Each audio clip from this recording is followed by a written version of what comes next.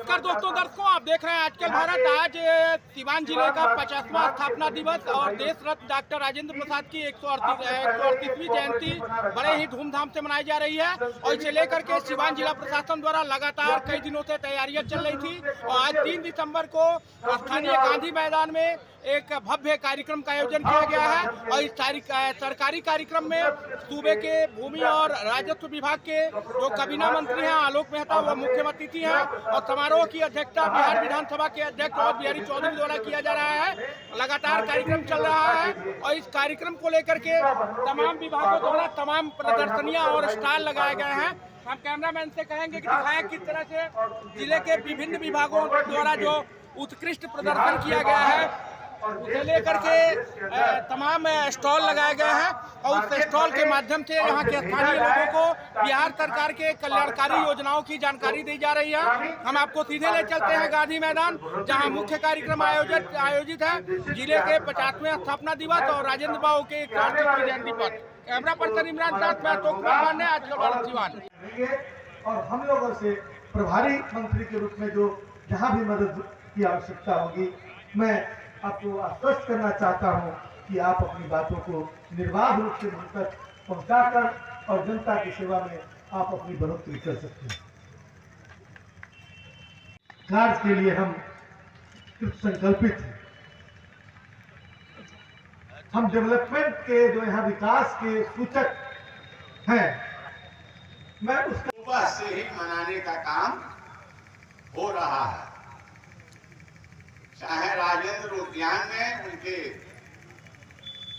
Statue पर माल्यार्पण प्रशासन और जनप्रतिनिधियों के द्वारा, या उनके पैतृक गांव जीरादेई में भी उनके आंगन में प्रशासन और जनप्रतिनिधियों के द्वारा माल्यार्पण करने का काम हुआ। और मैं महाराजगंज में भी जाकर सम्मिलित होकर आ गया हूं। उमाशंकर प्रसाद जी एक्स एमएलए थे, उनके भी जन्मदिन था, लेकिन उनके माला पहनाने के बाद लगता है कि 10-15 मिनट मुझे देर हो गया उसी सत्ता राजेंद्र बाबू के संबंध में मैं भी बहुत कुछ कह सकता हूं और आप भी कह सकते हैं। आप जानते हैं उनका 138वां जन्म दिवस जयंती हम पूरे बिहारी नहीं,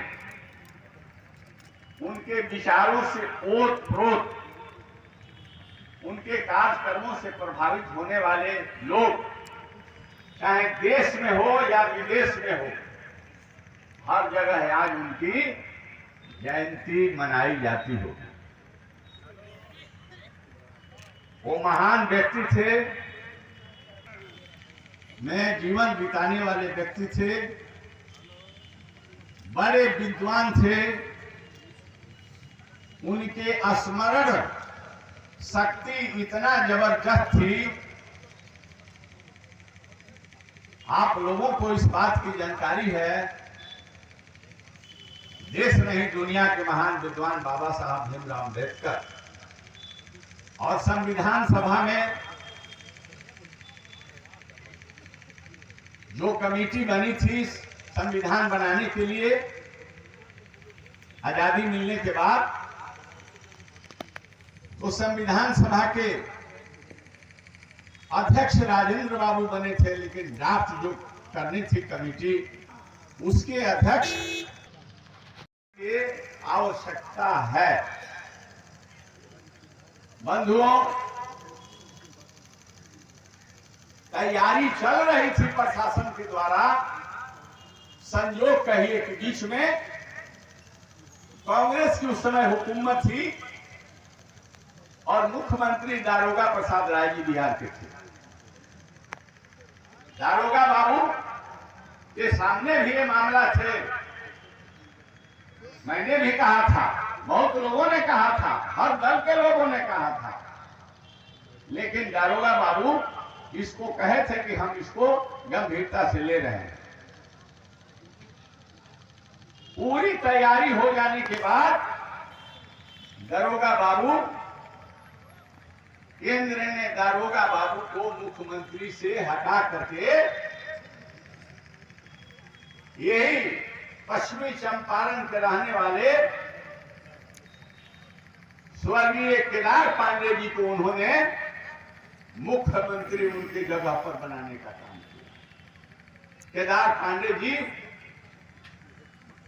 स्वर्गीय वो यहां के मुख्यमंत्री बिहार के बने और इस जिला को और बिहार को चलाने के लिए उन्होंने दारोगा बाबू से विनती आग्रह किया था कि दारोगा बाबू, हम मुख्यमंत्री बन गए, लेकिन आपसे आग्रह करेंगे केंद्र के मुख्यमंत्री तो काल में वित्त मंत्री का जिम्मा आप स्वीकार कीजिए। और उन्होंने वित्त मंत्री का जिम्मा स्वीकार किया। केदार आदरणीय स्वर्गीय केदार पांडे जी ने जिला बनाया और दरोगा बाबू और केदार पांडे जी उन लोगों ने तय किया कि सिवान है देश रत्न डॉक्टर राजेंद्र बाबू के जन्मदिन के अवसर पर 3 दिसंबर वही हम लोग जिला का उद्घाटन करेंगे। इसलिए जिला बना, दोनों आए, राम दुलारी सिन्हा भी मिनिस्टर थी गोपालगंज की, वो भी आई। बड़े भव्य आयोजन हुआ। उस आयोजन में देश नहीं दुनिया के सबसे बड़े शहनाई बालक वो खान साहब बिस्मिल्लाह खान साहब आए थे। उर्मिला नागर जी आई थी। गोदई जी महाराज बनारस के तबला स्पेशलिस्ट आए थे। बड़े अच्छे तरीके से रंगा कार्यक्रम इस गांधी मैदान में हुआ था और बड़े खुशी बना। और प्रथम डिस्ट्रिक्ट मजिस्ट्रेट के रायपॉल को पदस्थापित किया गया सिवान। बंधुओं, मैं आज के दिन में राजेंद्र बाबू को नमन करता हूं, प्रणाम करता हूं कि वो जो रास्ता दे गए हैं, जो सादगी बतला गए हैं, जो संविधान लिख गए हैं, उनको मैं प्रणाम करता हूं। और आप तमाम लोगों से निवेदन करना चाहता हूं कि हम लोगों को उस संविधान जो दुनिया का सबसे बड़ा अच्छा संविधान है, उस संविधान की रक्षा होनी चाहिए।